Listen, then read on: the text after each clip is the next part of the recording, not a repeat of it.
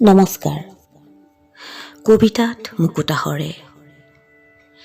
কবিতাৰ মুকুতা বুটলিবলৈ আপোনালোক সকলোকে স্বাগতম জনাইছোঁ। এই চেনেলৰ জৰিয়তে আমি আপোনালোকক লৈ যাম কবিতাৰ সুৰীয়া জগতলৈ। প্ৰিয় সুহৃদ, আপোনালোক সাজুনে?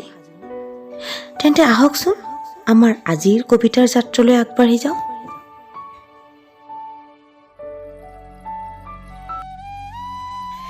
কবিতাৰ শিৰোনাম পলৰীয়া নায়িকা। কবি হবিবৰ ৰহমান। কণ্ঠ ৰঞ্জনা পাঠক।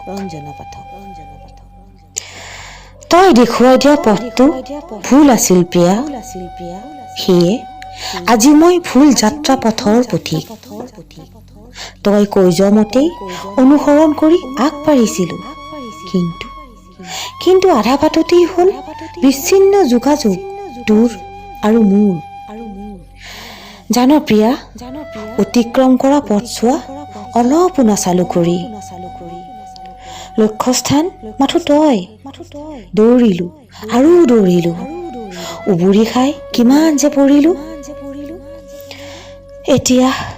এতিয়া অন্ধকণ্ঠ শুকাই মাজপথত আছো পৰি।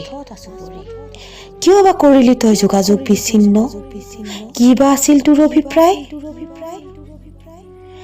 ভৰিত নাই চালিকা শক্তি, দেহ মন অবশ, উভতনি যাত্ৰাও দেখোন মোৰ সাধ্যৰ বাহিৰ।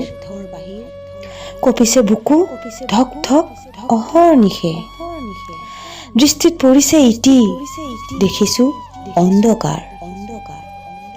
অবুজ হৃদয়ে কৰিছে চিৎকাৰ কণে কণে, থিয়াই এয়াই নেকি জীৱনৰ শেষ পৰিণাম? থাক তই কুশলে থাক প্ৰিয়া, মোৰ অলপো নাই আক্ষেপ। জীৱন মানেই অন্তত নিশ্চিত, মাথো ভাবিম শেষ নিশ্বাসৰ আগমুহূৰ্তত তই পলৰীয়া নায়িকা, তই পলৰীয়া নায়িকা।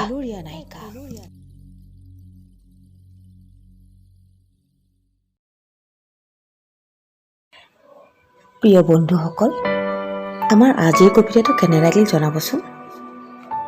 আমাক নিচেই কাষৰ পৰা সদায় পাই থাকিবলৈ লাইক আৰু ছাবস্ক্ৰাইব কৰিবলৈ নাপাহৰিব।